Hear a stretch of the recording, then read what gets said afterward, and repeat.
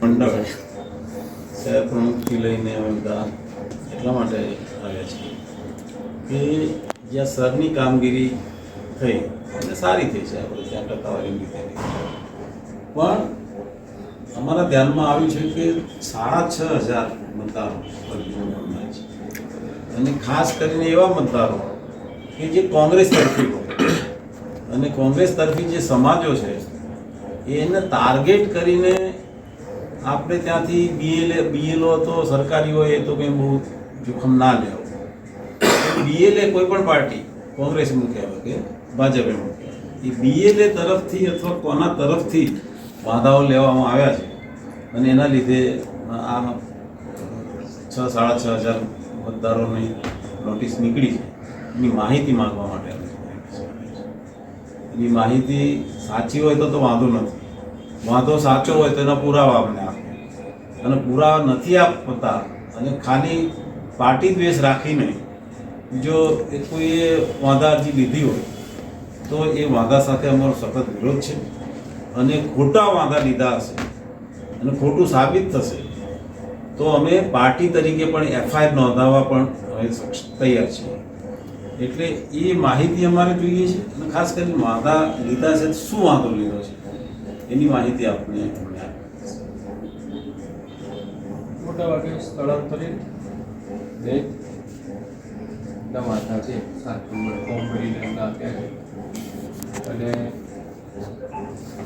પુરાવા તો કોઈ રજૂ નથી, પણ કાયદામાં કોઈ પણ વસ્તુ વાંધો લઈ શકે છે અને એના સામે એક પ્રોસિજર નક્કી થયેલી છે. ચૂંટણી પંચ દ્વારા કોઈ પણ રીતે ચૂંટણી અધિકારીને માહિતી મળતી હોય અમારે એને આરટીઆઈ કરવાની હોય છે. જે પણ મુદ્દો રજૂ થયો હોય મતદાર આવીને એનું જે પણ એમને ખુલાસો કરવો એ કરે.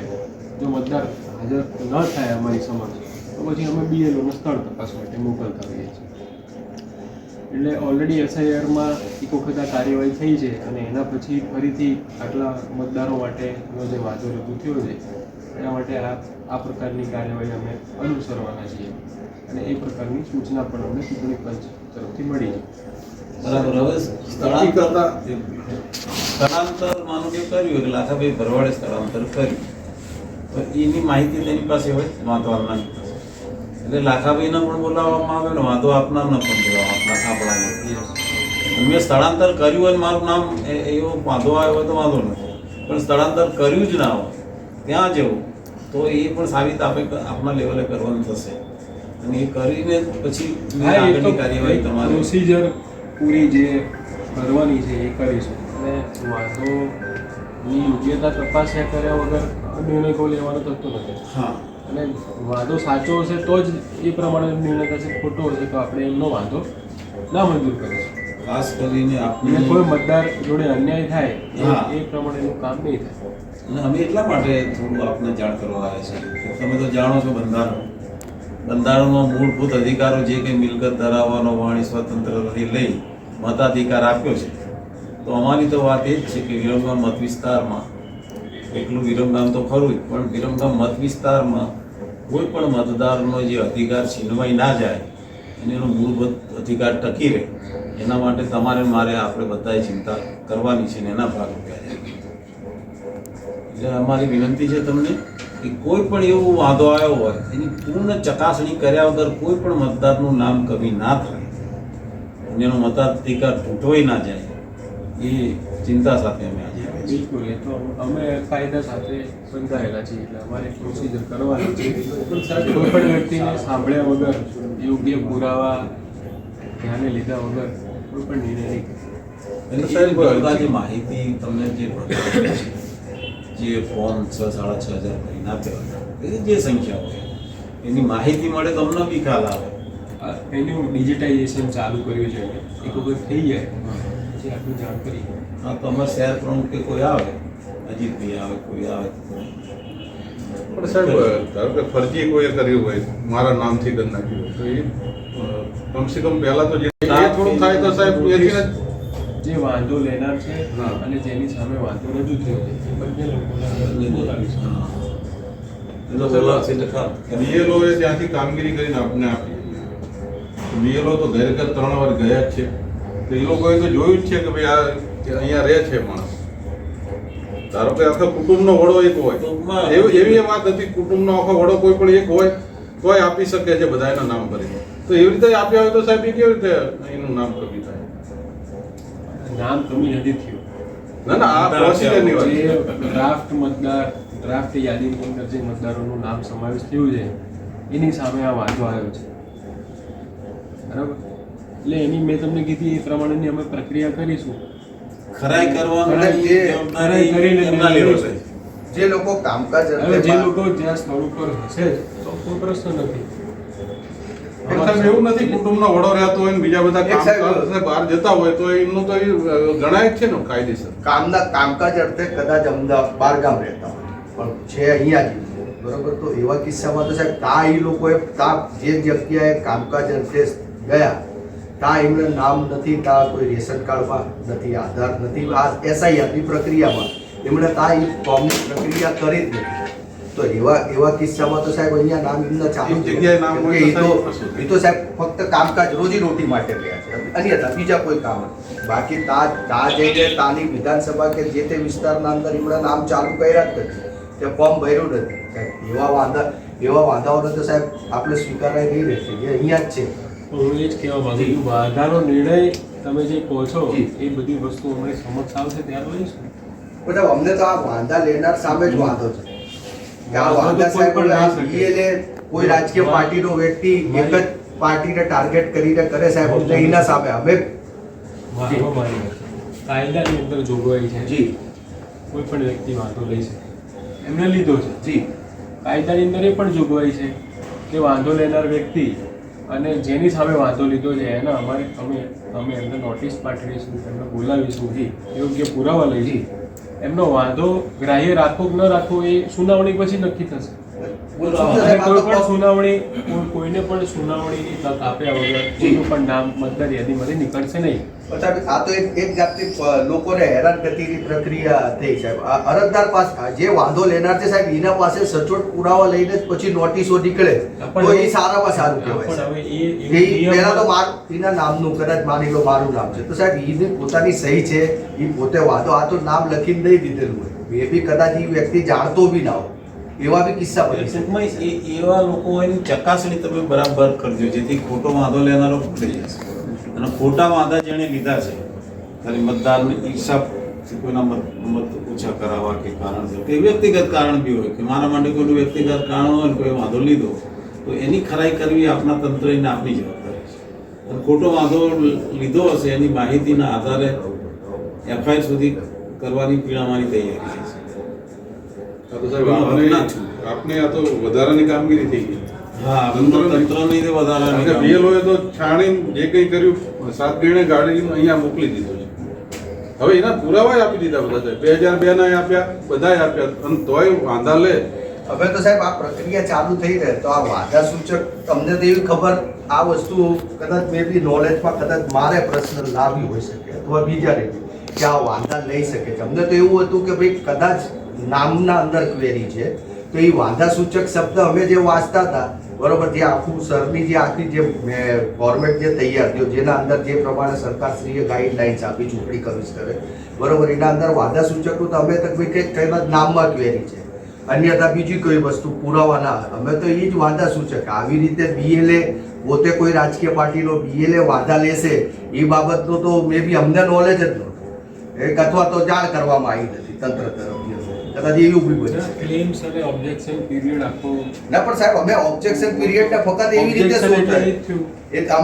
અમે તો એવું સમજતા હતા કે ભાઈ વિધાનસભા મુખ્ય ચૂંટણી અધિકારી અમને ભાઈ જે અરજદારને પૂછશે કે ભાઈ તમારા નામના અંદર 2002 માં આ ચાલતું હતું, અત્યારની યાદીમાં આ છે, ચલો ભાઈ આનું ક્વેરી સોલ્વ કરો. ભાઈ અન્યથા તમારું આધાર કાર્ડ નથી, તમે એની ક્વેરી સોલ્વ કરો અથવા તો જે કંઈ 100 જે પ્રશ્ન હોય. સાહેબ આ જે વસ્તુ માગે છે આના અંદર પછી જે કંઈ કદાચ સાચું છે કોઈ વસ્તુ બરોબર, કદાચ નોટિસ કોઈની સાચી નીકળી તો સાહેબ એના પુરાવા થોડા હલકા રાખજો. પછી એવું ના થાય સાહેબ 1950 વાળાને જન્મ તારીખનો દાખલો માંગે. એ મારા ઈચ્છા મુજબ નહીં થતું. નહીં સાહેબ તોય એ ચૂંટણી પંચની એટલે આધાર કાર્ડ તો ગાઈડલાઈનના આધારે ચાલીએ છીએ. આધાર કાર્ડ તો તે સુપ્રીમ કોર્ટે પુરાવા બી ચલાવવાનું ચૂંટણી પંચે બધું છે. આપણને કીધા છે. જી, જે પુરાવા જી. પૈકી હશે એ જી લોકો હા તો બરોબર હું ક્યાંય રાખજો સાહેબ ઓબ્ઝર્વેબલ નોટિસ પુરાવા પાછળ રાખજો. પણ લખ્યું છે. જી. અમે જે ફોર્મ વિતરણ કર્યું હતું એની પાછળ પણ જી. લખ્યું છે. તમામ જગ્યાએ પ્રસિદ્ધિ પણ કરી છે. કોઈ પ્રશ્ન નથી.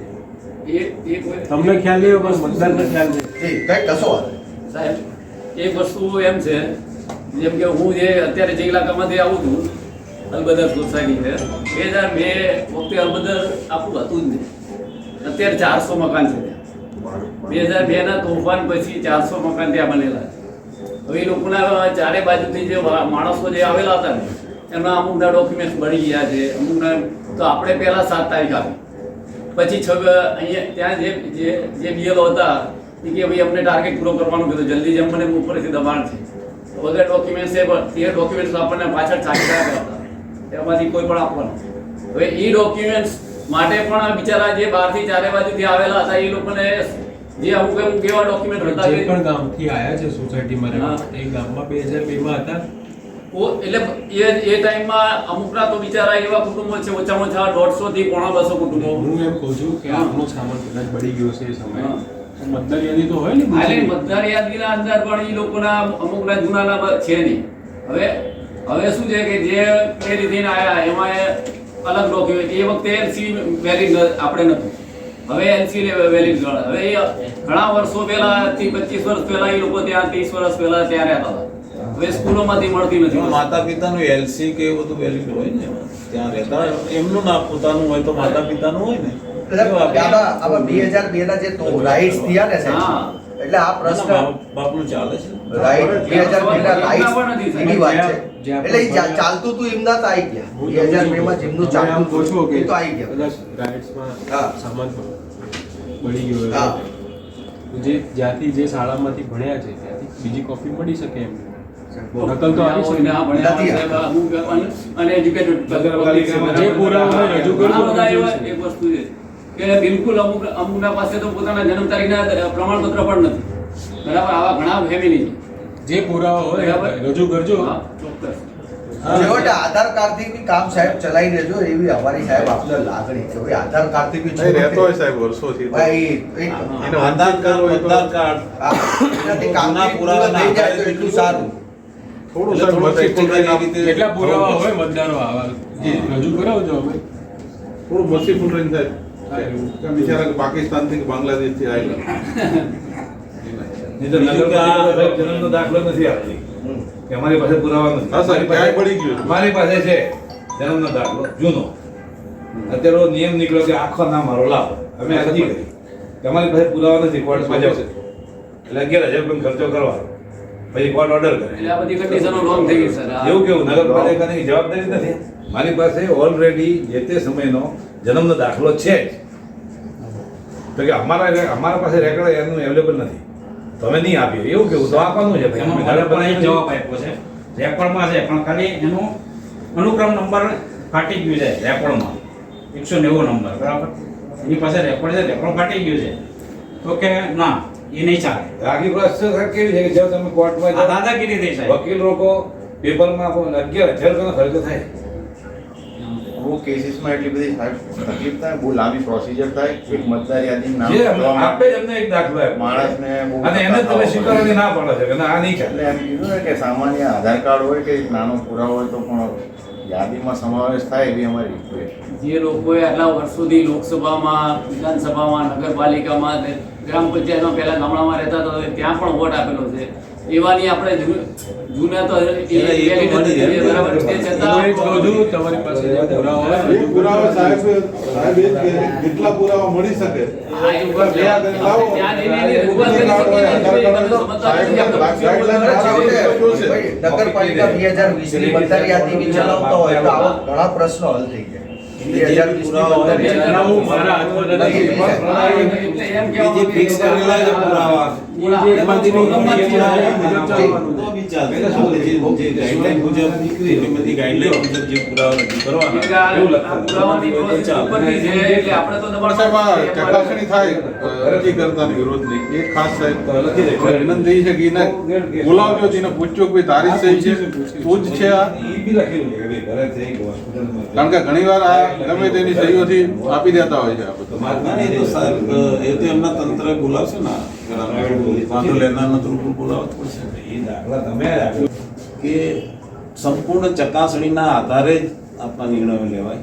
અને મેં જેમ કહ્યું એમ કે લોકશાહીમાં મતાધિકાર દરેક વ્યક્તિને મળ્યો છે, નાગરિકને. એનો મતાધિકાર ચૂંટવાઈ ના જાય એની ખાસ ચિંતા રાખવા વિનંતી કરવા પણ અમે આવ્યા છીએ. આ થઈ પોલિટિકલ વાત. પણ વિસ્તારની વિરંગામ મત વિસ્તારની વાત કરીએ તો, વિકાસની વાત કરીએ તો, જ્યાં હજી કામો ચાલુ થયા છે ત્યાં જે કંઈ કોન્ટ્રાક્ટરો છે ટાઈમસર કામો પૂરા કરતા નથી, ચાહે રોડના હોય, ગટરના હોય, બીજા હોય. અને ગટરો ઉભરાવાનો પ્રશ્ન તો સાહેબ વર્ષોથી જે છે, હું ધારાસભ્ય હતો ત્યારે મને પણ સંકલન સમિતિની મિટિંગમાં એવું કહેવામાં આવતું કે જીયુડીસીનો ફેઝ 1 અને ફેઝ 2 ખામીયુક્ત છે. એ ખામીયુક્ત હતો, એ ખામી પૂરી કરી કે ના કરી એ મને પણ ખબર નથી. બીજું ત્યારે બીજા વધારે પૂછપૂછ કરતો એટલે મને એ જવાબ મળતો કે જીયુડીસી 1 ને જીયુડીસી 2 જે ફેઝ છે એ ફેઝનું કામ અમારું ક્ષતિયુક્ત છે, પણ જીયુડીસી ફેઝ 3 થઈ જશે ગટર ઉભરાવાનો પ્રશ્ન આખા ગામનો જે વિરમગામ શહેરનો છે એ નહીં રહે. મારી માહિતી મુજબ તો જીયુડીસીનો એ ફેઝ 3 પણ પૂરો થઈ ગયો છે. તેમ છતાં ગટર ક્યાંય નથી ઉભરાતી એવો પ્રશ્ન નથી. આજે વિરમગામ નરકાકાર દિવસે ને દિવસે બનતું જાય છે. સારી વાત છે કે મારી વિધાનસભાની રજૂઆતના આધારે કોર્ટ રિપેરિંગ થઈ રહ્યો છે, બીજા કામો થઈ રહ્યા છે, ગાંધી હોસ્પિટલ સારી થઈ, બીજું બધું થયું. પણ આજે પણ જે રોડો જે ટાઈમસર પૂરા કરવા જાય એ કોન્ટ્રાક્ટરો કરતા નથી. અને આપણે ત્યાં મને અહીંયા કાજીપુરવાળો રોડ જઈએ, રામ છાપરી સુધી જઈએ ત્યાં એટલી ધૂળ ઉડે છે અને એટલો રસ્તો બિસ્માર છે કે જે ઘણા ટાઈમથી એ કામ ચાલે છે પણ પૂર્ણ થતું નથી. શહેરમાં પણ ક્યાંક ક્યાંક એવા વિસ્તારો બધે છે. તો જ્યાં જે એમએલએની ગ્રાન્ટ હોય કે જે કંઈ બીજી ગ્રાન્ટો હોય કે જે ડેવલપમેન્ટ કરવા માટેની ગ્રાન્ટો આપણે ટાઈમસર સરકારશ્રીએ ફાળવી હોય, એમાં જે કંઈ કોન્ટ્રાક્ટરોને કે સબ કોન્ટ્રાક્ટરોને જે કંઈ કામગીરી આપી હોય એ ટાઈમસર પૂરી થાય અને લોકોની સુખાકારી વધે એ પણ વિનંતી અમે અમારી કરીએ છીએ. પેલું સાહેબ પેલું કાજીપુર કાજીપુરવાળું ખાસ જેને આપ્યું હોય લોકો બાઇક વાળા તો પડી જાય છે, એક્સિડન્ટ છે સાહેબ. 2 જણા તો હમણાં જ મરી ગયા, ફ્રેક્ચરો થાય છે, મરવા સુધીની વાત આવી ગઈ. 2 વર્ષથી સાહેબ એમના પડ્યું રામ છાપરી સુધી ફેસ કોને આપ્યો જી સાહેબ થોડું કરાવો. જી સાહેબ સારું ન્યાયિક વર્તશો એવી આશા સાહેબ રહેજો, બીજું કંઈ ભલે. કોઈ બિચારું ઓળખી જ ના રહે બધા ત્યાં. અરે મૂળભૂત